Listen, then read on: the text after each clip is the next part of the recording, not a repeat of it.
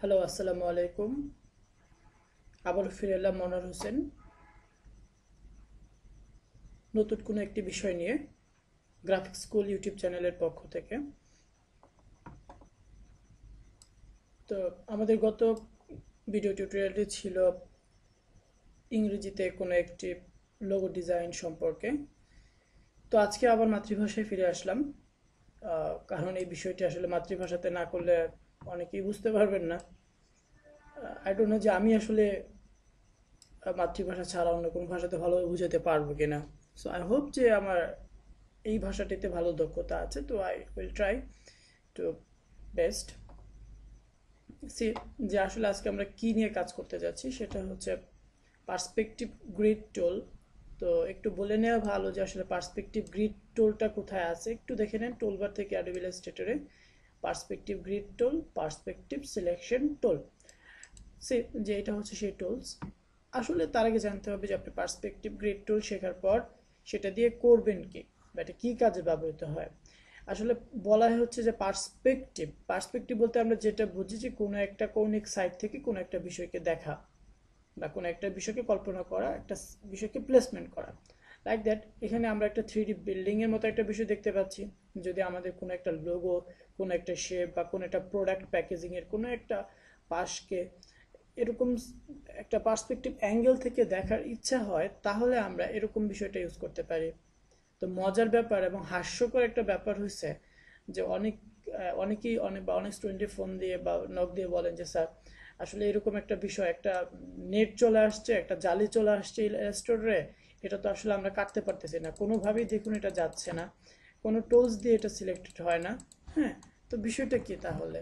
তো বাধ্য হয়ে যেটা করেন অনেকেই, বিষয়টা যখন অবগত থাকেন না, সেটাকে যেটা করা হয় যে তারা তার সফটওয়্যারটিকে রিসেট করতে বাধ্য হন।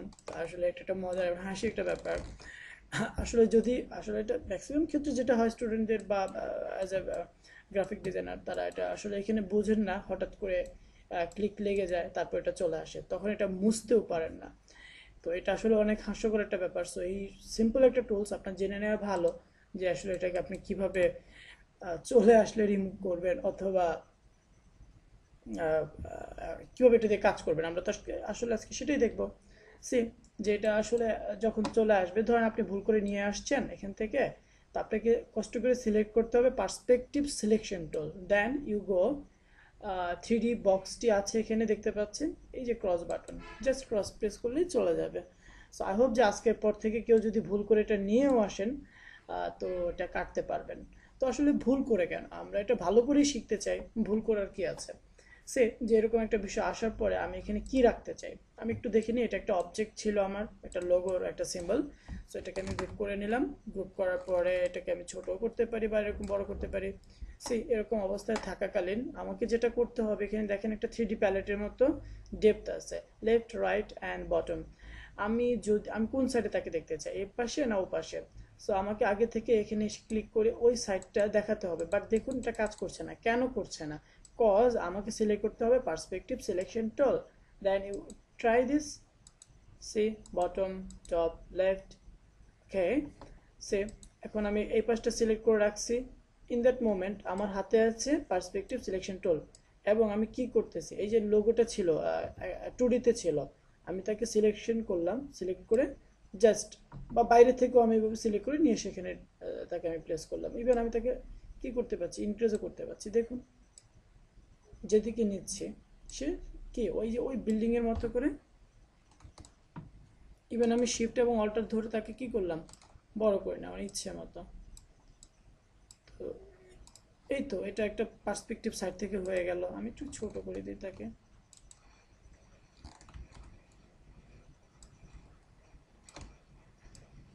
এই যে এরকম এখানে সেট করে দিলাম। তো আমি একটা লোগো দিয়ে দেখলে মনে হয় একটু বেটার বুঝতে পারবো।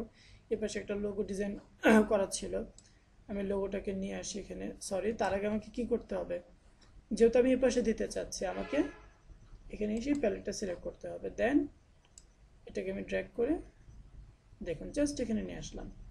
আমাদের আই ডোন্ট নো যে ফটোশপে অনেকে এটা দেখেছেন কিনা, পার্সপেক্টিভ প্লেসমেন্ট লাইক ওইটার মতোই। ওকে, তো দেখুন এই যে হয়ে গেল। আবার যদি আমি একে নিতে চাই তখন এই পাশে আমাকে সিলেক্ট করতে হবে, এই পাশটা যদি নিচে দিতে চাই তখন গ্রাউন্ড ফ্লোর এটা সিলেক্ট করবেন। সো দেখেন খুব ইজিলি এটা হয়ে যাচ্ছে।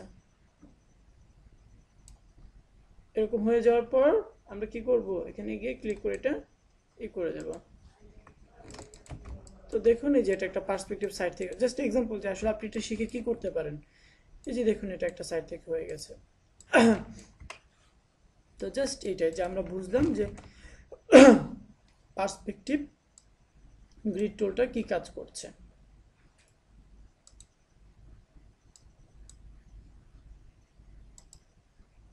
আচ্ছা, এটা আগে অ্যাপ্লাই হয়ে গেছে, দ্যাটস ওইটা আমি সিলেক্ট করতে পারছি না। সরি, সিলেক্ট করতে গেলে তো আমাকে এখানে যেতে হবে। সেই যে এখানে চলে আসছে দুটো লোগো পাশাপাশি আমি রাখলাম। আমি এভাবে তাকে কি করতে পারছি, অ্যাজ ইউজুয়াল বড় করতে পারছি, দেখেন বড় হয়ে যাচ্ছে শেপটা। অথবা শিফট এবং অল্টার ধরেও আমি এটাকে ইনক্রিজ করতে পারি। কিবোর্ড ইনক্রিমেন্টও কাজ করছে। এই তো সিম্পল একটা বিষয়। দেন আমরা যেটা করব, ক্রস। শুধু এরকম বিষয় না, আপনি এরকম একটা শেপ, এরকম একটা স্টার জাস্ট ওর ভেতরে এক সাইডে করে দেবেন। দেখেন আমি একটু আবার দেখাই।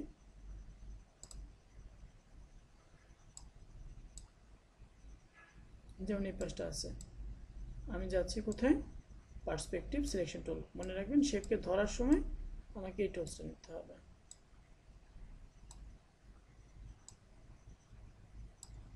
মজার একটা টুলস। এই তো হয়ে গেল। ছোট করে দিতে পারি এরকম।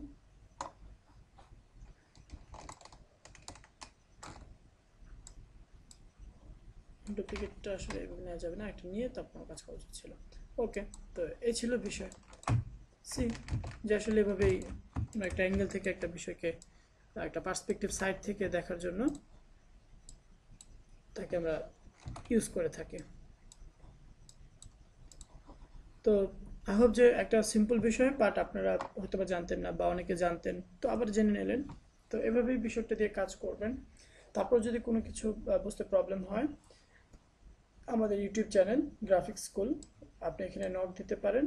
আপনার যে কোনো সমস্যার সমাধান করার জন্য চেষ্টা করা হবে। তো সবাইকে অনেক অনেক শুভেচ্ছা ভিডিওটি দেখার জন্য। ভালো লাগলে আমাদের ইউটিউব চ্যানেলটি সাবস্ক্রাইব করতে পারেন।